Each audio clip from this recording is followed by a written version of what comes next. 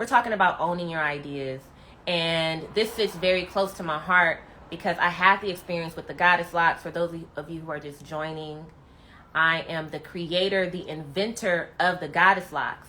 And one thing that has really stuck with me in my journey and my experience of being the creator of this style is the lesson that I learned in undervaluing my idea and not protecting my idea. And so what I was saying before my sound went out is that we are culture creators. We are trendsetters, and it's time that we claim that power. We claim that power. This subject is so near and dear to my heart because I've always enjoyed researching inventors.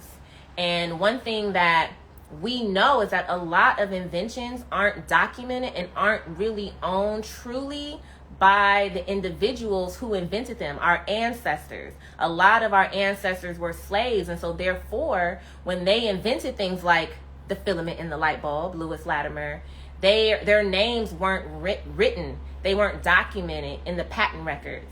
And so being a 21st century inventor and creating a style and not being fully exposed and educated on how to protect my ideas, it is part of my passion in using my platform to really encourage all of you culture creators, trendsetters, and inventors. You know what? I got this city soundtrack rocking. Hold on one second.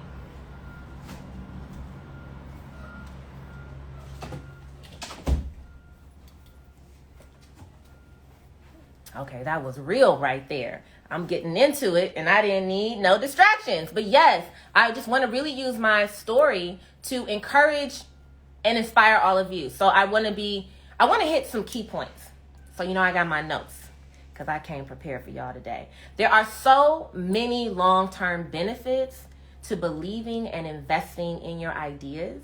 And I want to show you how to do it. So the first thing is being able to validate your idea. So with this Goddess Lock story, I undervalued the gift. And I feel like some of y'all may feel me. When you have a gift, it's very easy to undervalue the gift because it's so easy for you. It comes so naturally for you. You enjoy it. Like, that's how I feel about braiding, like, and cornrow and stuff. Like, it's just natural. I can do it with my eyes closed. Like, I can, and just do it. And earlier in my journey, it was very easy to take it for granted because it's just easy for me. So of course, you can braid, until I started to place myself in environments or be around individuals where they were able to see the value in my gift through a lens or in a light that I had not quite yet seen it. So I wasn't valuing it the same way. And so it's so important that when you have a gift, to be able to know that that gift is unique to you. And it's that very thing that makes you special.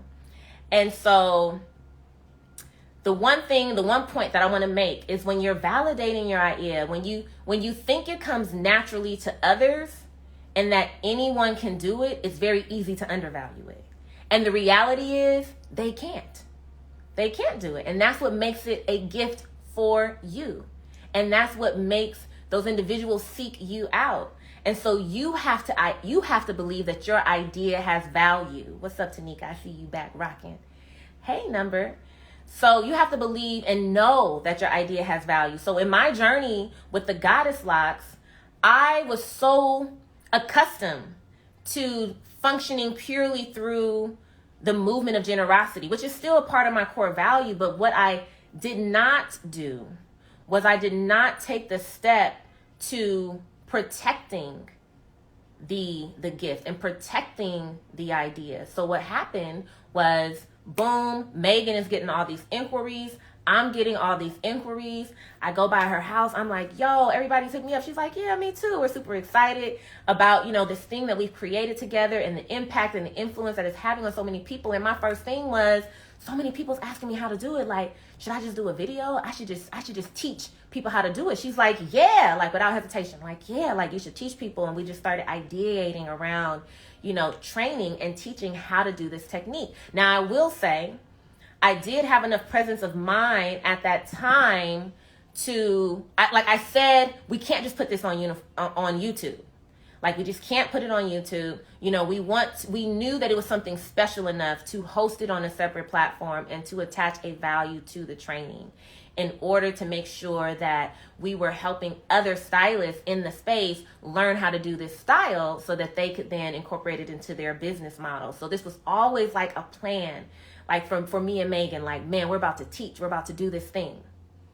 So my story is specifically about the idea of taking this look that was truly unique, did not exist. We created it, I came up with the name, and then not protecting that idea by means of trademark and patent.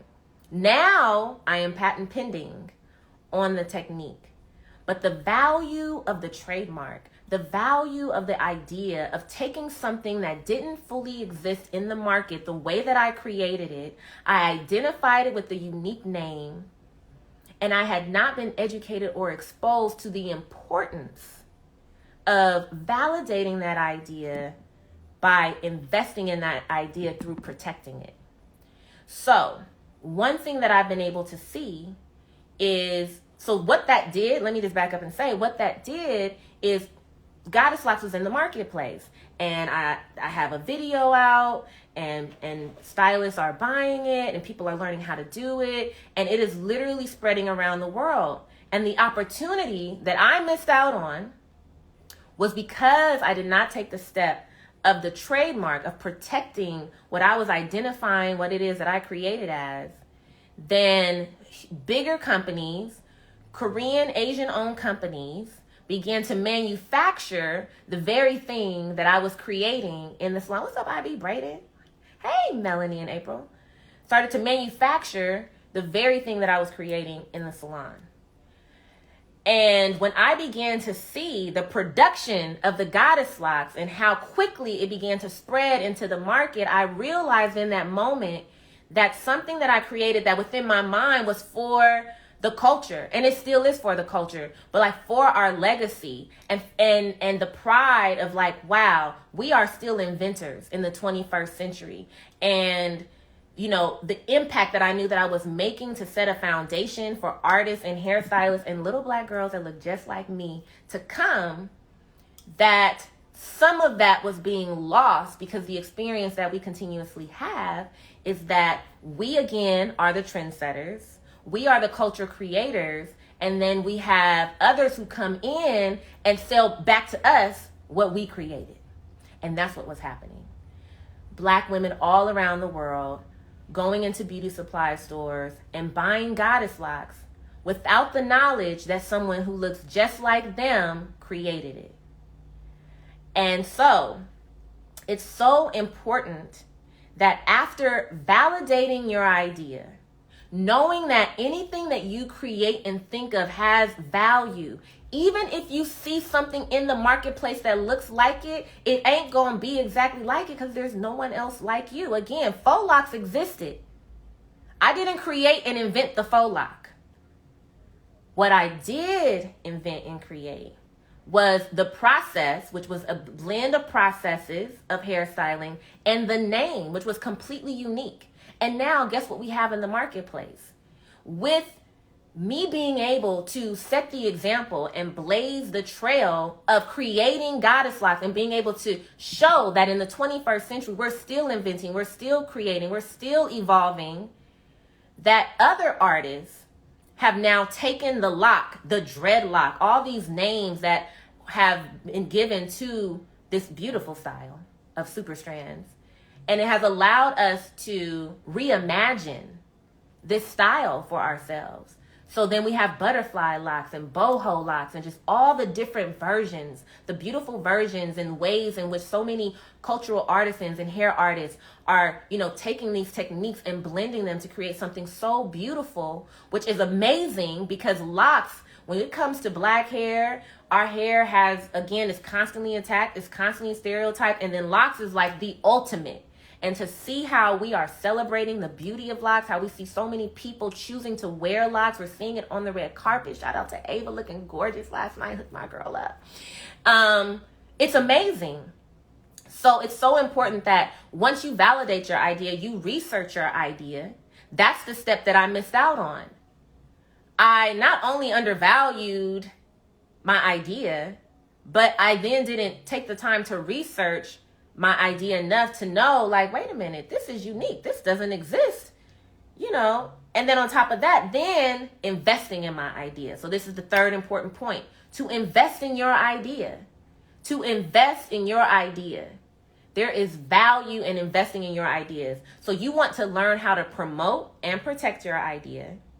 And when you have a gift, this is the thing, when you have a gift, it's easy to give it away, right? Because it's a gift and it's easy to give it away. But that's not how you earn a living. And that's not how you're going to provide for yourself and your family. That's not how we as a community are going to build wealth and being able to reinvest back in ourselves.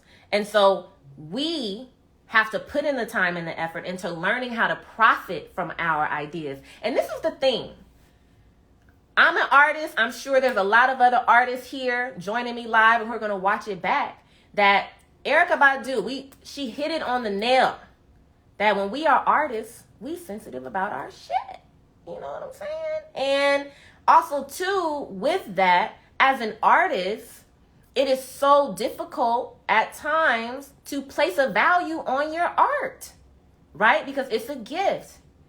And so, because of that, that's how it's very easy to get caught back up in the cycle of, I'm just going to give it away. I'm just going to give it away. And when we just give it away, we're missing out on opportunities again on building legacy. And so all of that to say, I'm currently patent pending. And for anyone who's watching this live, and anyone who's on with me right now, do the research. I know that sometimes the idea, when you're not aware of like the process of getting a patent or a trademark, can feel intimidating. It can feel like a lot, like, oh, it's a lot of money. It's a lot of this. It's a lot of paperwork. But I'm here to tell you, it's not a lot. Just take the first step.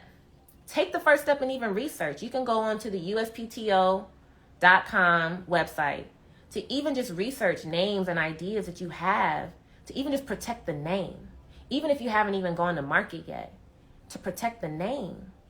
Or if you have like an invention or something like that. And, you know, there are patent and trademark lawyers, like just do the research.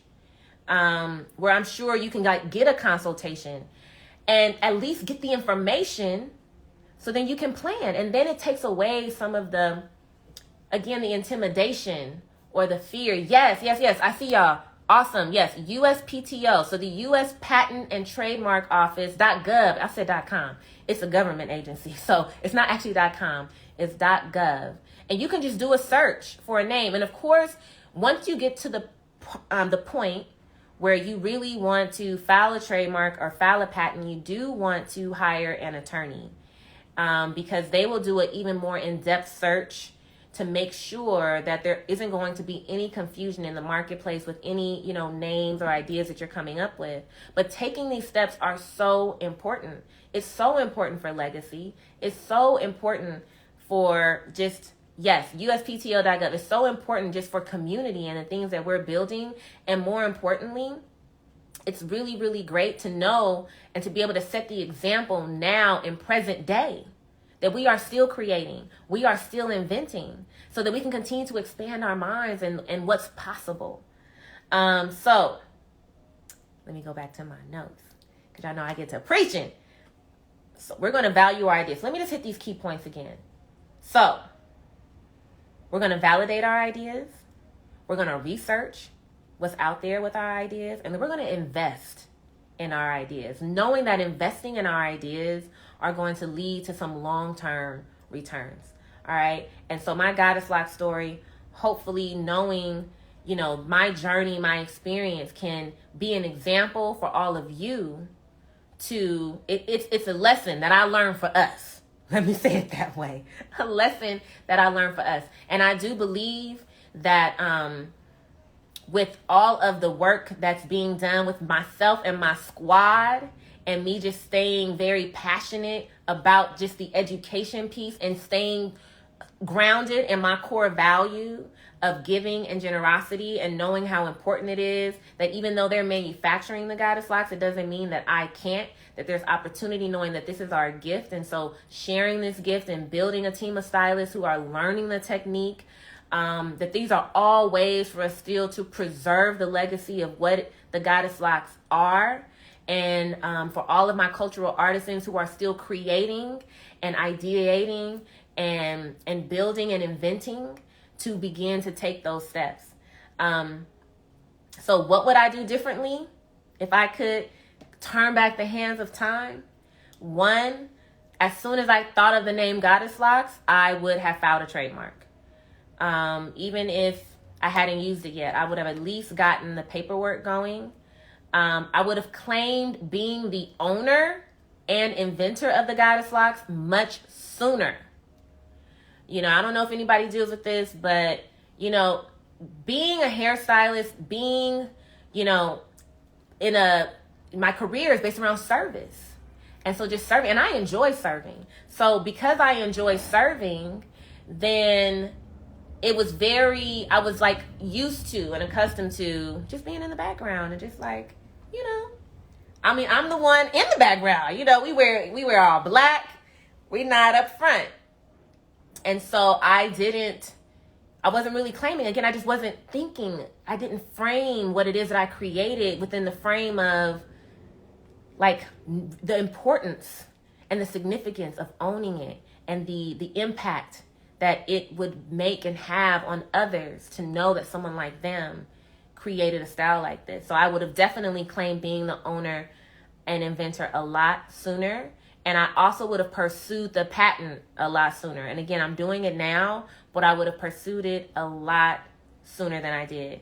And so as I round out my story for today, and hopefully encourage someone, if you have not already, to be like, let me just file my trademark or let me at least do some research. I believe that we are creating Black history every day.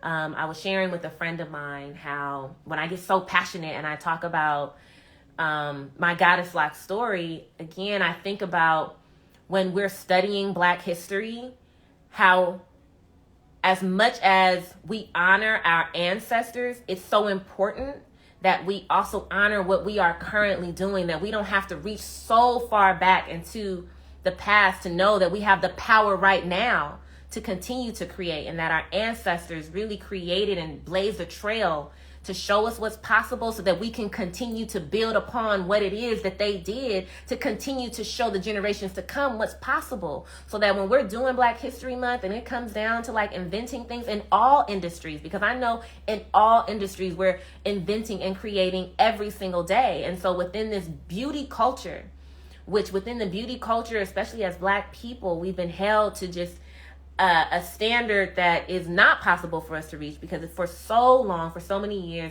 it's been shaped around Eurocentric ideas of beauty, that in the 21st century within beauty, Black beauty culture, we're still creating, we're still, again, setting the trends and constantly just elevating our beauty in so many unique ways that we understand the power of our ideas and the value of our ideas. And so again, we are cultural creators. What's up, Letitia?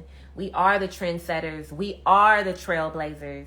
And I know that I created this style that opened the door for an entirely new wave of lock extensions. I mean, y'all, so dope. So dope. What's up, Inez? I see squads in the building. And stylists everywhere, my squad included. I love how I'm seeing that this style is being added to service menus, and that so many different types of styles are being branded to distinguish themselves amongst the market, and we can see the distinctions in them. And so I think that is so wonderful and so beautiful. And that's part of what I encourage my team to do, that I'm all about teaching the technique. It's all about keeping the hair healthy. It's all about protecting our hair so we have hair, And then being able to infuse your uniqueness, your skill, your gift, using the techniques that I teach in order to create something that's uniquely your own so that you can attract the clients that will come to you. Yes. Thank you. Oh, wow. Thank you, Victoria. So as you all are growing and creating, don't just give all of your talents away, or worse, hide them from the world. You want to validate your ideas, which means believe in it. You want to research your ideas, which means learn from those around you, including me. And you want to promote and protect your ideas. And that means you want to tell the world that it's your idea. And that's okay. That's okay to be able to say, that's mine. I did that. Yes, I created that. Pat me on the back. And I hope that today I can give all of you permission to know that. All right, I'm back. You're welcome, London Strands. So as I conclude today's talk, thank you so much for the love. I'm so glad y'all joined me and hung out a little bit. Do you guys have any questions, any comments? How y'all feeling? Y'all got some new ideas out there? It's a little bit after the hour. Let me just say though, y'all know I have these moments. I was driving the other day and I have a gift. I believe that God has blessed me with a gift to be able to just know what's coming. And maybe it's not just me, but like I feel like for the majority of my career, like I've always been very good at forecasting, like what's next. So I'm just going to drop this right here because it hit my spirit so strong yesterday while I was driving. Locks are now and next. So if you are a hairstylist